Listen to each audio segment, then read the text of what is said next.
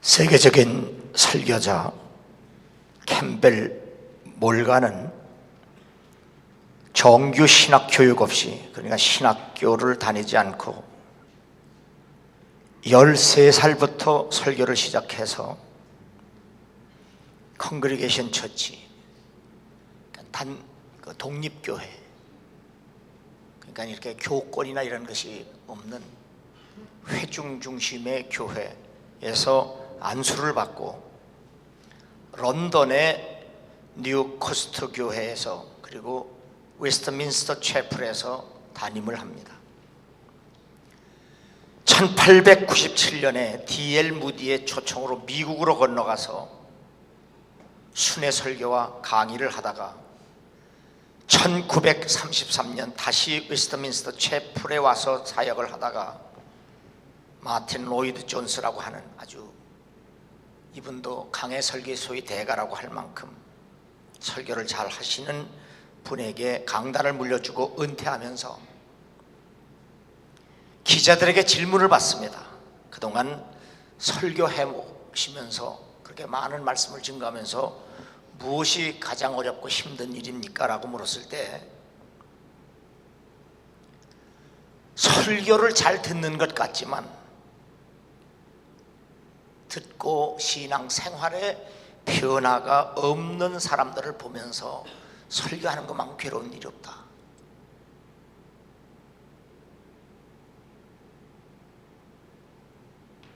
잘 듣는데 듣고 나면 끝나는 거예요. 그냥. 자, 옆 사람하고 한번 인사하시죠. 너 보고 그러는 거다 지금.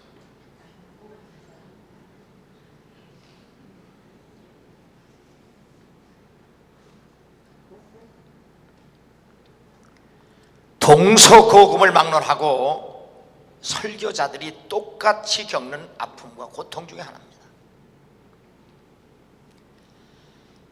때가 이르리니 사람이 바른 교훈을 받지 아니하며 귀가 가려워서 자기의 사욕을 따를 스승을 많이 두고 또 그 귀를 진리에서 돌이켜 허탄한 이야기를 따르리라. 여기 귀가 가렵다는 말은 크네도 메노이라고 하는 헬라어로 간지러운 곳만 긁어주는, 그래서 아주 간지러운 곳만 긁으면 시원하잖아요. 그렇게 만족감을 주는 것으로 자신들의 본성을 충족시키는 솔깃한 이야기만을 좋아하는 잘못된 태도를 귀가 가려워서라고 하는 헬라어로 바로 그렇게 표현합니다. 현대교회도 마찬가지로 강단의 위기는 바로 사람들의 비유만 맞히는 설교를 하기 때문에 기독교의 위기가 왔다라고 진단을 합니다. 예레미야 20장 8절에 보면 예레미야 선지자 이렇게 고백하며 내가 말할 때에마다 외치며 파멸과 멸망을 선포하므로 여호와의 말씀으로 말미암아 내가 종일토록 치욕과 모욕거리가 됨이니이다. 예레미야는 설교할 때 이스라엘 백성들이 원하는 축복, 번영, 성공이 아닌 파멸과 멸망을 선포합니다.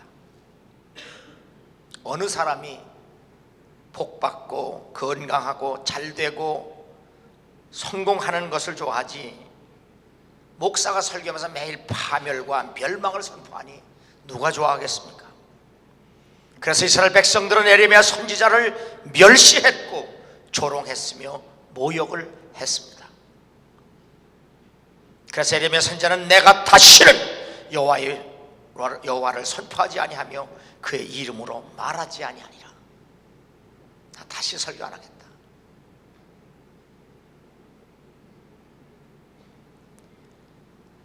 그러나 멸시와 천대를 받으면서도 예레미야는 성령의 감동을 따라 말씀을 여전히 선포합니다. 나의 마음이 불붙는 것 같아서 골수에 사무치니 답답하여 견딜 수 없다.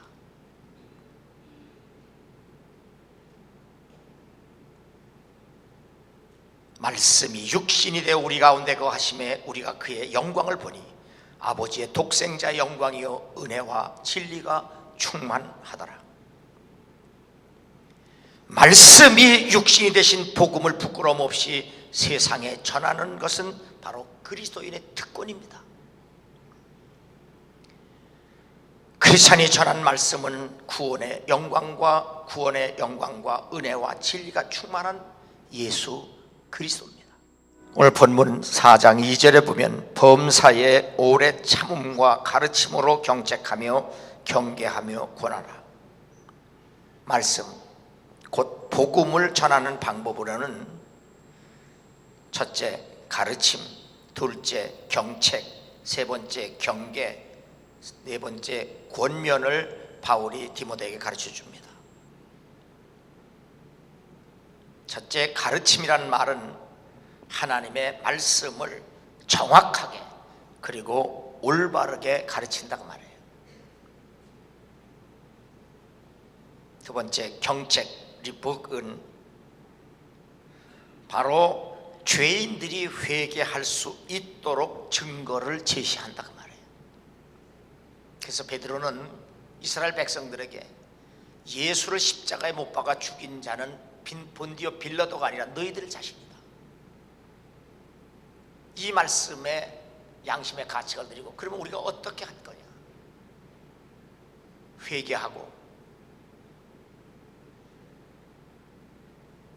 예수를 믿어서 죄 사함을 받고 그래서 성령을 받아라.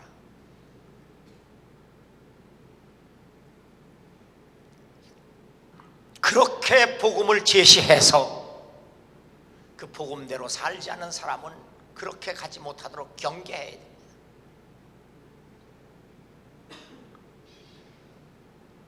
그리고 고난하라고 하는 말은 encourage라고 해서 그렇게 복음을 따라 예수 그리스도를 믿는 믿음을 따라 살 수 있도록 용기를 북돋고 위로하라 하는 말씀을 바울이 범사의 오래 참음으로 가르치고 경책하며 경계하며 권하라고 권면을 합니다. 자, 캠벨 몰간이 얘기한 것처럼 설교를 아무리 해도 변화가 되지 않는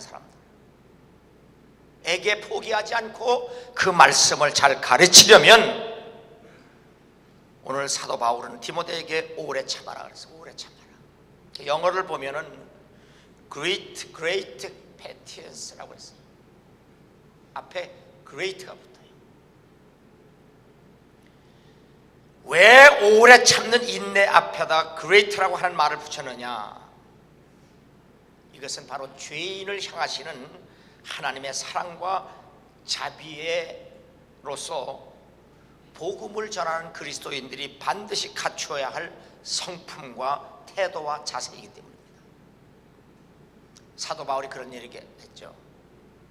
내가 만일 죄를 지었을 때 하나님이 참지 않았으면 난 벌써 죽었을 거다.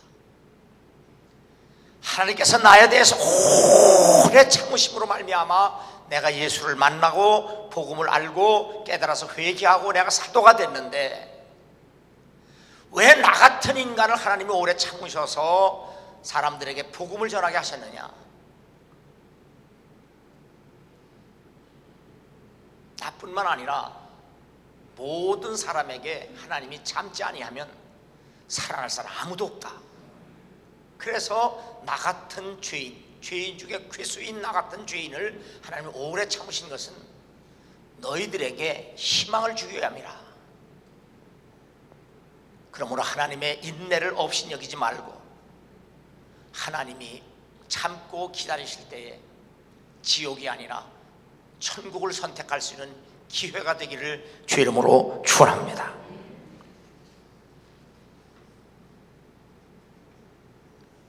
크리스찬들이 타락해가는 현실을 깊숙이 들여다보고 인기에 영합하지 않고 타협 없이 하나님의 말씀을 선포한 이 시대의 선제로 존경받는 A.W. 토저는 우리는 교인 수를 늘렸지만 하나님을 향한 경외심은 잃어버렸다. 기독교 학교들은 늘어났지만 눈에 보이지 않는 것에 대한 의식은 사라졌다. 믿음은 잃어버렸다는 게 신학교는 많이 늘어났지만 그리고 미션 스쿨도 많이 났지만 믿음은 잃어버렸다는 거예요. 기독교 서적이 산더미처럼 쏟아져 나오지만 하나님의 임재에 대한 의식은 없다. 의사소통의 수단은 좋아졌지만 의사소통의 내용은 없어졌다. 전도 잔태들은 늘었지만 위엄과 경배와 경애의 개념은 거의 사라졌다.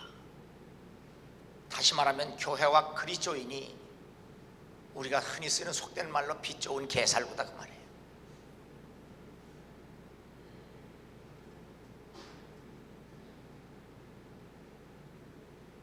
왜 교회와 그리스도인이 이렇게까지 되었느냐? 복음을 소홀히 하는 죄를 저지르고 있기 때문입니다. 내가 복음을 부끄러워하지 아니하노니 이 복음은 모든 믿는 자에게 구원을 주시는 하나님의 능력이라. 교회와 그리스도인들이 복음을 부끄러워함으로 말미암아 교회 안에 온갖 병폐가 누룩처럼 번지고 있습니다.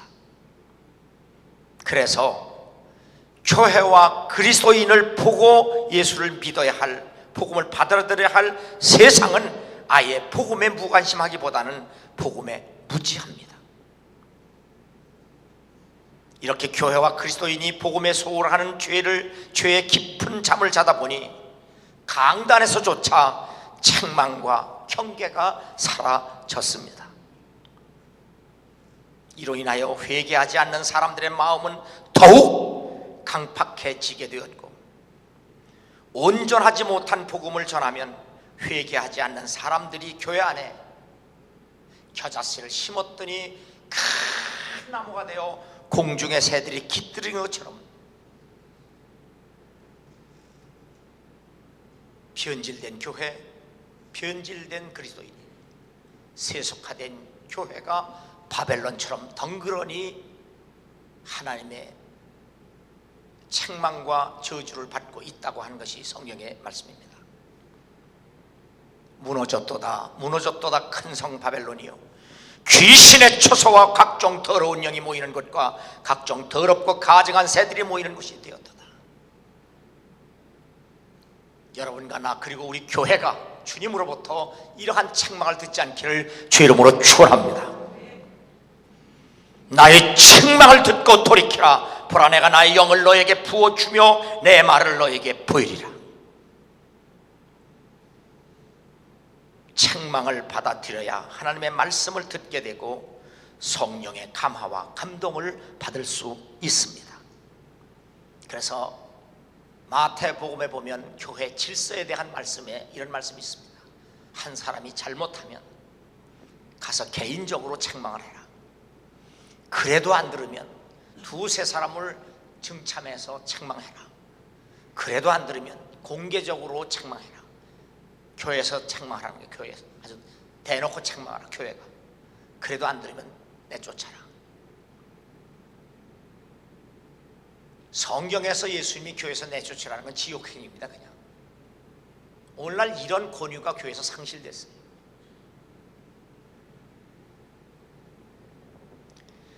성경은 책망에 대해서 뭐라고 말씀하느냐? 내가 불렀으나 너희가 듣기 싫어하였고 내가 손을 폈으나 돌아보는 자가 없었고 도리어 나의 교훈을 멸시하여 나의 책망을 받지 아니하였은즉 너희가 재앙을 만날 때에 내가 웃을 것이며 너에게 두려움이 임할 때에 내가 비웃으시리라. 하나님의 책망은 선지자를 통해서, 사람을 통해서, 이웃을 통해서, 하나님에 의하면 도를 통해서도 책망할 수 있다고 말씀하셨습니다.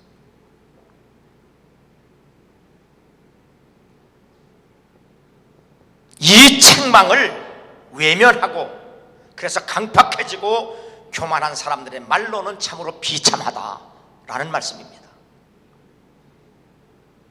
인생이 어려움을 당할 때 도움을 받지 못하는 것만큼 불행한 일이 없습니다. 요셉이 아무리 어려운 일을 당했어도 하나님이 함께함으로 형통하였던 것처럼 인생의 어려움이 문제가 아닙니다. 그 어려울 때 돕는 자 없는 것이 어려움입니다.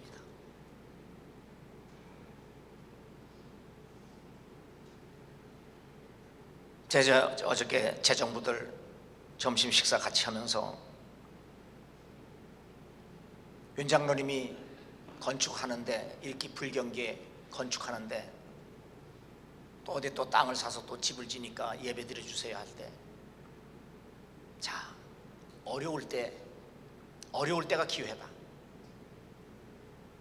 그러니 하나님은 아주 죽을 힘을 다해서 붙들고 믿음으로 도전해서 이 어려울 때 하나님 살아계심을 증거하고 하나님께 영광을 돌려라. 어려운 것이 우리 인생의 문제가 되질 않아요. 어려울 때 내가 도움을 받지 못하는 것이 저주입니다.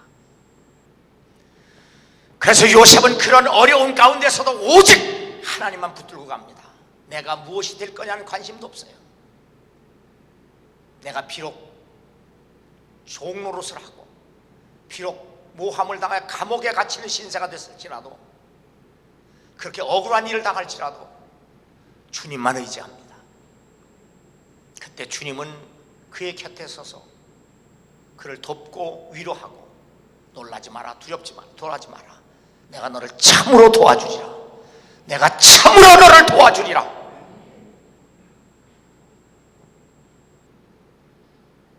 그러므로 정말 인생의 어려운 길목에서 주님의 자비로우신 손길, 주님이 함께하는 은혜와 복을 받고 누리는 여러분 되기를 주의 이름으로 축원합니다. 그러려면 하나님이 하시는 책망을 고가워하지 말고 겸손하게 받아들이면 하나님이 우리를 형통케 하시지만, 그 책망을 없인 여기면 하나님이 우리가 어려움을 당할 때 오히려 비웃고 저주한다는 말씀은 참 이해하기 어렵죠. 이런 인생이 되지 않기 바랍니다.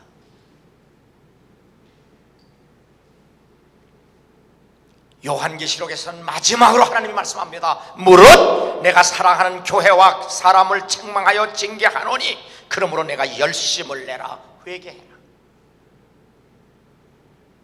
열심을 내라, 회개해라.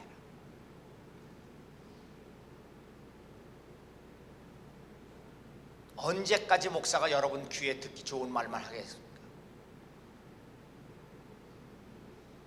언제까지 여러분 비유만 맞추고 목회하겠습니까?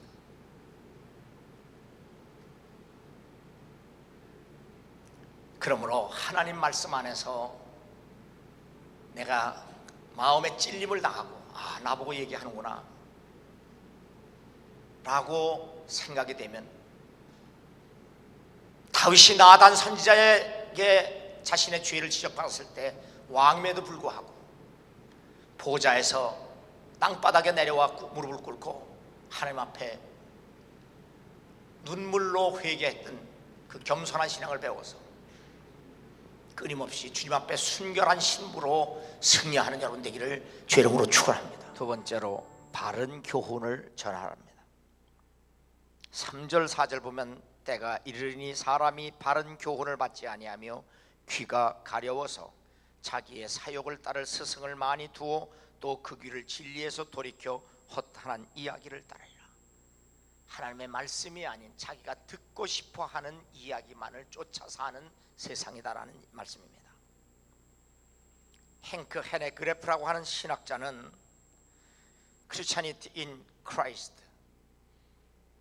기독교를 비판하는 그런 책에서 오늘날의 설교자들이 이렇게 비판합니다. 현대교회 설교자들입니다. 성도들에게 주어진 변할 수 없는 신앙의 기초 자체를 손상시킬 위험한 메시지를 전하는, 여러분이 알아듣기 쉽게 하면 성경적이지도 않고 복음적이지도 않은 설교를 하는, 아주 구체적으로 케네스 해긴이라고 하는 미국의 목사, 번영신학 주창자의 뒤를 이어 조엘 오스틴, 그리고 조이스 마이어로 하여금 오류가 오류를 낳게 했고 이단이 이단을 낳게 했다. 그들은 기독교의 위기를 불러왔고 그 위기는 케네스 해긴에 의해 부화되었고 케네스 커플랜드와 베니 흰이 유행시켰지만 이전에는 상상도 못했던 일이다라고 얘기합니다. 더 쉽게 얘기하면 전통적인 기독교가 아닌 바로 사이비와 이단들이 판을 강단에서 치고 있다라고 하는 이분의 지적은 옳습니다. 그런데 놀랍게도 한국교회가 이분들의 영향을 엄청 받고 있습니다. 여러분 중에서 제자들을 끌어 자기를 따르게 하려고 어그러진 말을 하는 사람들이 일어날 줄 내가 아노라. 그러므로 여러분이 일깨어 내가 3년이나 밤낮 쉬지 않고 눈물로 각 사람을 훈계하던 것을 기억하라. 바울은 잘못된 가르침에 대처하기 위해 복음으로 무장할 것을 에베소 교회 장로들에게 권면을 합니다. 사실 기독교의 위기는 창세 이후 에덴 동산으로부터 시작되어 지금까지 계속되고 있습니다. 그래서 예수 그리스도는 씨 뿌리는 비유를 통해서, 가라지 비유를 통해서, 겨자씨 비유를 통해서, 누룩 비유를 통해서 사탄과 세상과 육신의 정욕을 조심하고 그들의 공격에 대비하라고 경고하셨습니다. 소위 번영신앙, 믿는 대로 된다고 주장하는 사람들은 왜 이렇게 혹독하게 비판을 받는가? 성경적인 신앙과 의미를 상실한 말, 하나님의 본성에 대한 치명적인 타협으로 그럴싸한 그리고 요상한 주장으로 오류가 오류를 낳게 했기 때문이라는 신학자들의 비판은 옳습니다. 성경적이지도 않고 복음적이지도 않으며 하나님에 대해서 올바르게 가르치지 않아야 하니까 그들의 믿음이 잘못되었다 하는 얘기입니다.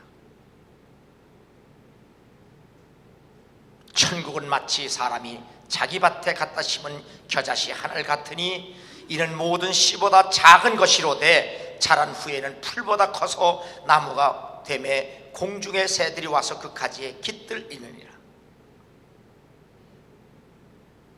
천국은 마치 할 때 그 천국은 이미 이루어진 하나님 나라 교회를 상징합니다. 교회는 분명히 성장합니다. 커져야 합니다. 한 사람이라도 더 구원받아서 교회는 더 확장되어야 합니다. 그러나 성장과 부흥, 확장에서 우리가 조심해야 할 것은 세속합니다. 사탄의 유혹입니다. 인간적인 방법입니다. 사탄의 유혹에 의해서 그리고 세속화의 방법에 의해서 인간적인 수단과 방법에 의해서 교회가 커졌다고 할지라도 주님은 교회로 인정하지 않습니다. 그래서 예수님은 바로 큰 나무에 공중에 새들이 깃들인 것으로 상징화시켰습니다. 이것이 요한계시록 18장에 바벨론, 무너지는 바벨론이 더러운 영, 악한 영들, 공중에 가증한 새들이 깃들인 바벨론으로 책망하면서 예수를 믿는 그리스도인들은 그 바벨론으로부터 뛰쳐나와라 하는 것은 그런 신앙으로부터 결별하라 그 말입니다.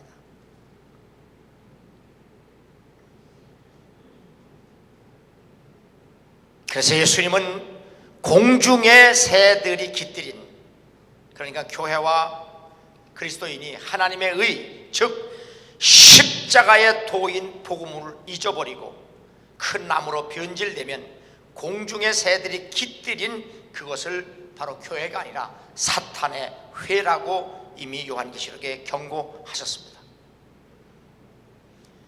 은과 금은 내게 없거니와 내게 있는 이것을 내게 주노니 나사렛 예수 그리스도 이름으로 일어나 걸으라.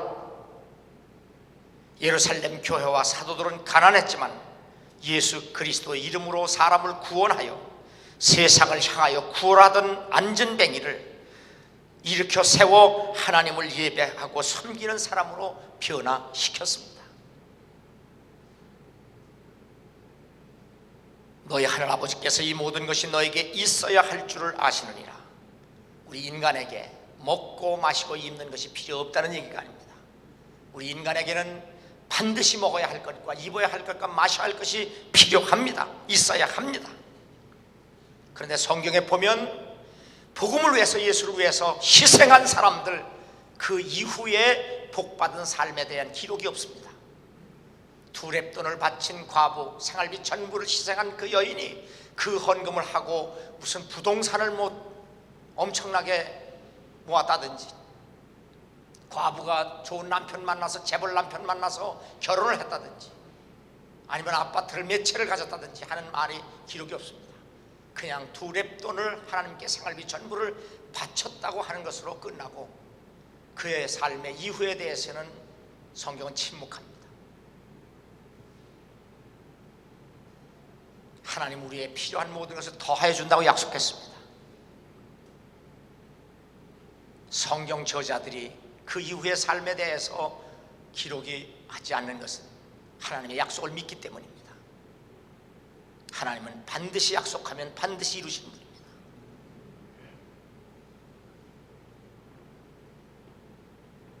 가나안 과부가 생활비 전부를 바치고 죽었는가? 그가 사는 날 동안 필요한 모든 것을 공급해 주시는 하나님이십니다. 너희가 성경에서 영생을 얻는 줄 생각하고 성경을 연구하거니와 이 성경이 곧 내게 대하여 증언하는 것이라. 그러나 너희가 영생을 얻기 위하여 내가 오기를 원하지 아니하는도다. 예수 믿고 교회 왜 다니느냐? 누가 묻거든, 하나님이 물으시든 예수가 묻거든, 성령께서 나에게 묻거든,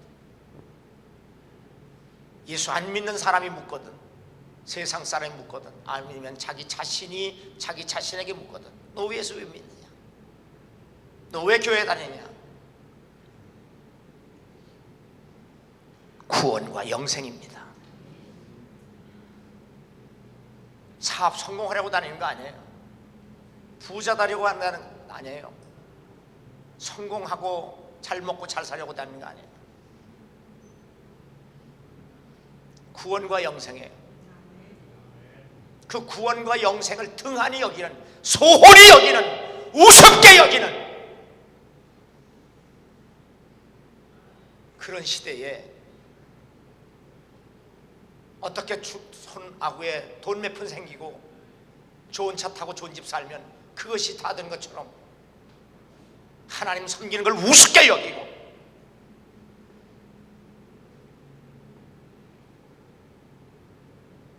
그러한 신앙을 가지고 세상에 나가서 내 그리스도인이다, 내가 목사다, 권사다, 장로다 하니 교회가 이 꼴이 된 겁니다. 교회가.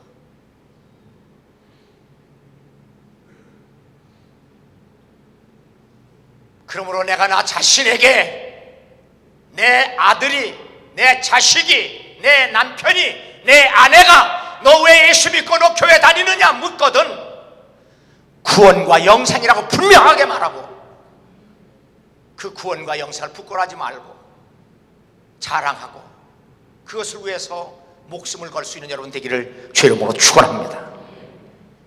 세 번째, 전도자의 직무를 다하라.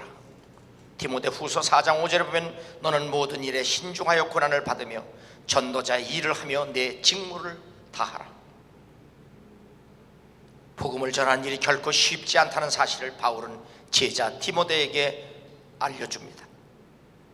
개역 성경에는 모든 일에 근신하라로 번역이 되었고, 우리가 지금 보는 개역 개정판은 모든 일에 신중하라로 번역이 됐는데, 그 신중하다, 근신하다라는 헬라 원어는 네페라고 하는 말입니다. 네페, 침착하라는 얘기예요. 복음을 증거하는 일이 쉽지 않기 때문에 아무리 전해도 듣지 않는 세상 사람들을 향하여 말이나 행위가 자제되어야 한다는 얘기예요.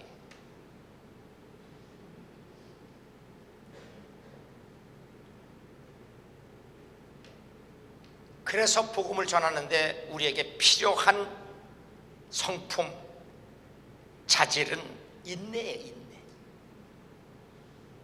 그래서 성령의 열매 중에서 나 자신에게 맺혀질 열매 중에 온유란 말이 있어요. 온유라고 하는 말은 영어로 젠틀레스라고 되어 있어요. 가장 잘 다듬어진 인격과 행동을 얘기해요. 그래서 젠틀맨이라는 말이 굉장히 예의 바르고 신사적입니다. 그래야 하나님이 쓰시기에 적절한 사람입니다. 세상에서는 너희가 환난을 당하나 담대하라. 내가 세상을 이기었노라. 그러므로 크리스찬은 세상의 한복판에서 당당하게 복음적 삶을 살아야 합니다. 목사가 되어야만, 전도사가 되어야만 전도하는 것이 아니라 직업이 무엇이든 관계없어요. 사업을 하든 예술가가 되든 운동선수가 되든 직업에 관계없어요. 우리 모든 그리스도인은 전도자로서 이 일을 통해서, 여러분의 삶을 통해서 복음을 증거해야 될 줄로 믿습니다.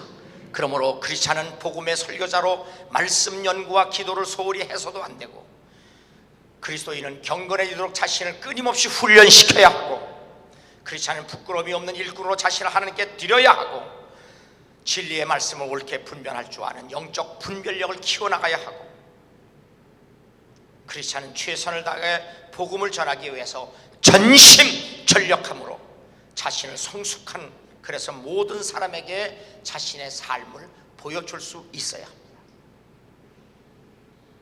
거듭 말씀드리지만 포춘지, 미국의 경제 전문지입니다. 그 포춘지에서 세계에서 가장 존경받는 기업과 기업인으로 선정된 것이 서비스 마스터라고 하는 그 청소 대행업하는 환경 그런 거 관리하는 다국적 기업이 전 세계에 퍼져 있는 그 기업과 기업인 회장, 그 기업의 회장과 CEO 윌리엄 폴라드가 선정이 됐습니다. 여러분, 내가 여러 번 얘기해서 잘 알겠지만 윌리엄 폴라드는 빌리 그라함의 선교 후원 회장이고 교회 장로입니다. 법대 교수하다가 서비스 마스터에서 회장으로, CEO로 받아들여가지고 임기 2번을 채우고 세계에서 가장 존경받는 기업과 기업인으로 선정받을 만큼 그렇게 충실한 사람인데, 이분이 그렇게 해갑니다. 나보고 신앙이 뭐냐고 묻지 마라. 내가 사는 삶을 보면 내가 예수 믿는지 알 거다라고 말합니다.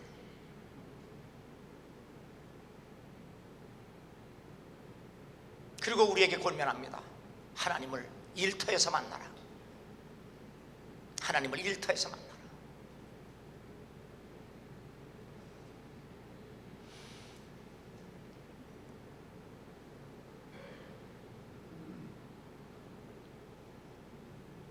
우리가 성경을 읽고 권하고 가르치는 일에 헌신해서 무엇보다도 그리스도인은 다른 사람에게 본이 될 수 있어야 합니다.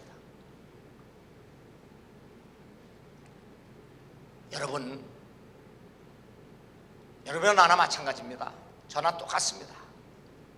정말 내가 여러분이 신앙생활 하는 모습을 본받고 싶어 하는 사람이 있는가? 본받고 하고 있는가? 스스로 자기 자신에 대하여 냉정할 줄 알아야 합니다.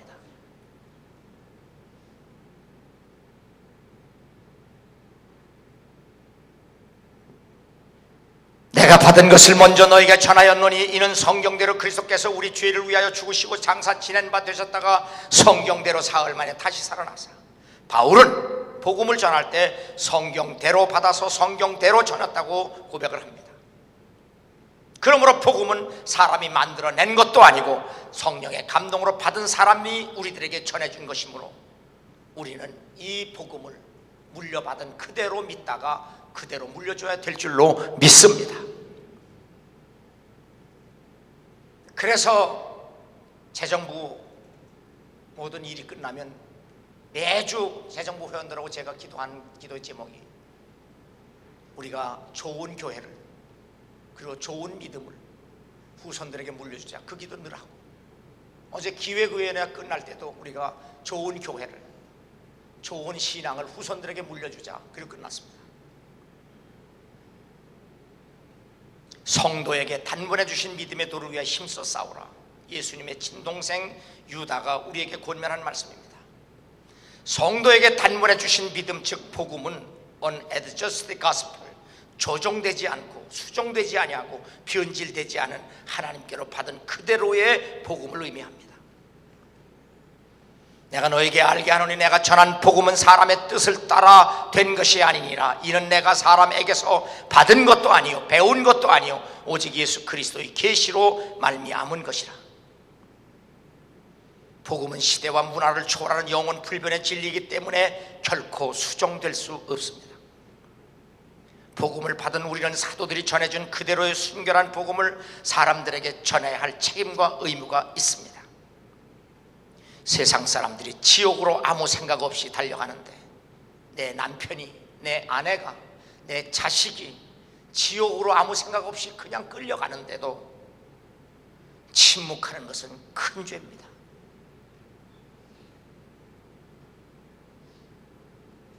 자기 사랑하는 가족에게도 전도하지 못하는 것 큰 죄입니다.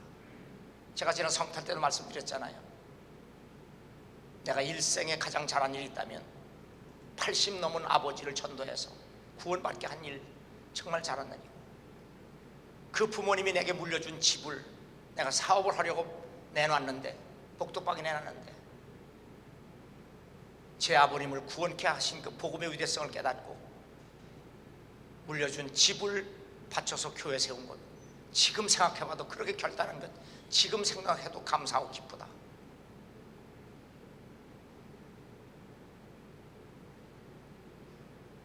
사랑하는 가족이 지옥으로 끌려가는 모습을 보면서 멍청하게 바라보는 악한 부모 되지 않게 하시고, 악한 남편, 악한 아내 되지 않게.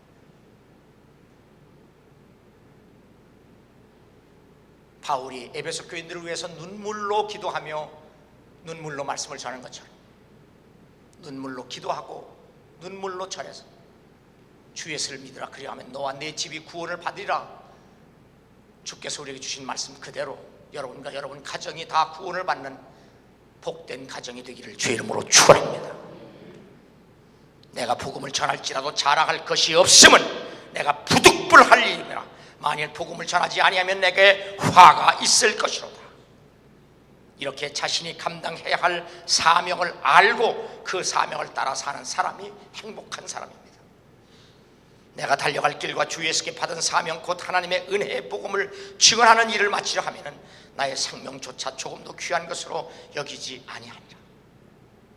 복음을 전할 사명은 목사에게만 있는 것이 아니라 거듭 말씀드린 직업 관계 없습니다. 신급 관계 없습니다. 우리의 사명, 많은 성도들이 가끔 가다가 나는 받은 사명이 뭔지 확실히 몰라요. 무지입니다. 직업이 관계 없습니다. 그리스도인의 사명은 복음 전하는 일입니다. 그러므로 복음 증거하는 일을 자신의 목숨보다 귀하게 여길 줄 아는 사람이 그리스도인입니다. 그리스도인이란 말은 그리스도에게 속한 사람이다, 그 말이에요.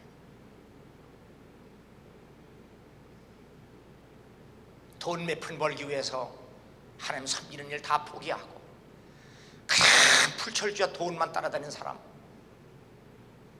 장래가 뻔합니다. 조금 몸 괴롭다고 하나님 섬기는 일 다 포기하고 자기 건강 자기가 조절하는 사람은 미래도 뻔합니다.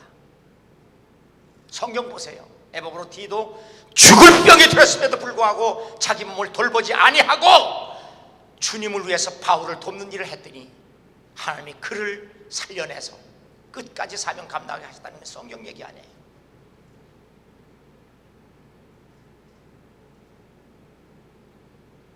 내 손에 마지막 한 줌의 양식, 내 손에 마지막 생활비 한 푼도 주를 위해서 다 바치고 그들을 즉사했어요. 요한계시록에 보면 구원받은 성도들의 특징이 있습니다. 24장로든 이스라엘 백성 중에 구원받은 14만 4천이든 아니면 열방 중에 이방인 중에 구원받은 사람이 능히 셀 수 없는 큰 무리의 공통점은 한결같이 다 흰옷을 입었습니다. 그래서 사도 요한이 성령의 감동을 받고 저렇게 깨끗한 흰옷을 입은 사람들이 누굽니까? 그들은 큰 환난을 견디어낸 사람들인데 어린 양 피에 그 옷을 씻어 희게 되었느니라. 예수 그리스도의 피로 말미암아 구원을 받았다는 얘기예요. 흰옷은 바로 예수 믿는 믿음으로 죄 사함을 받아서 순결하게 성결하게 됐다고 하는 말인데, 그 순결한 믿음을 지키기까지 많은 환난을 겪었다는 얘기예요. 그래서 묻습니다. 어떻게 저들이 저렇게 흰 옷을 입고 예수 믿는 믿음의 순결성을, 정결성을 끝까지 지킬 수 있었느냐? 그들은 밤낮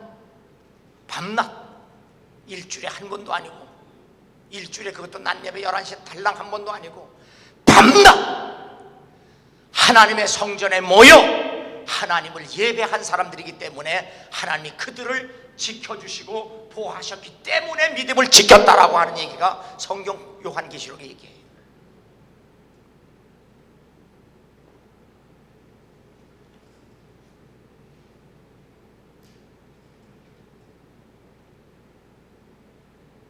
이스라엘의 파수꾼들은 맹인이요 다 무지하여 벙어리 개들이라.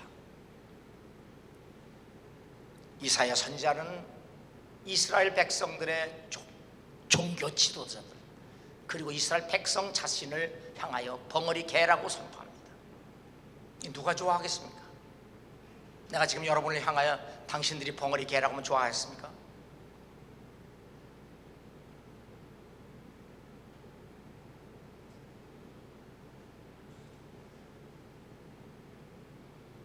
이스라엘 백성들은 자신들이 말씀을 의지하고 그 말씀을 열방들에게 전하고 가르쳐야 할 사명이 있음에도 불구하고 이스라엘 백성, 하나님의 백성으로 자처하는 그들조차도 하나님의 말씀을 듣지도 않고 듣지 않으니 전할 수도 없기 때문에 하나님은 이사야 선지자를 통해서 벙어리 개라고 정죄하신 겁니다.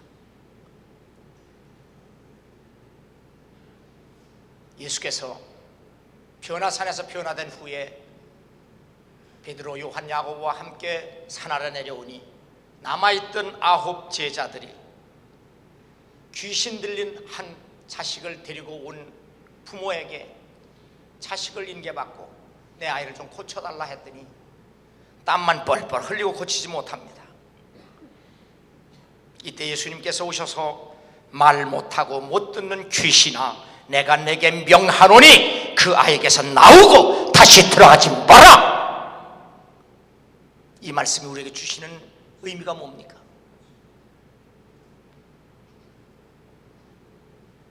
제자들이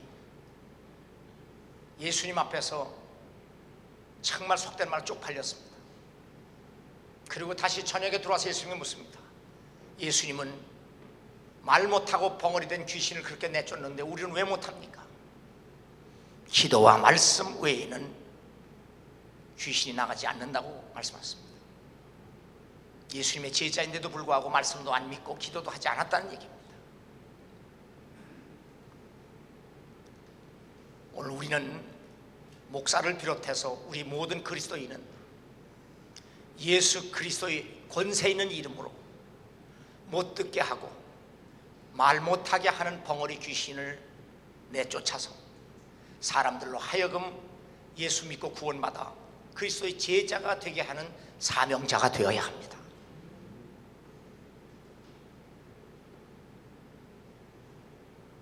그 사명자가 되어야 할 우리 자신이 말씀도 못 듣고 말씀을 전하지 못한 벙어리 개, 벙어리 귀신이 들리면 어떻겠습니까?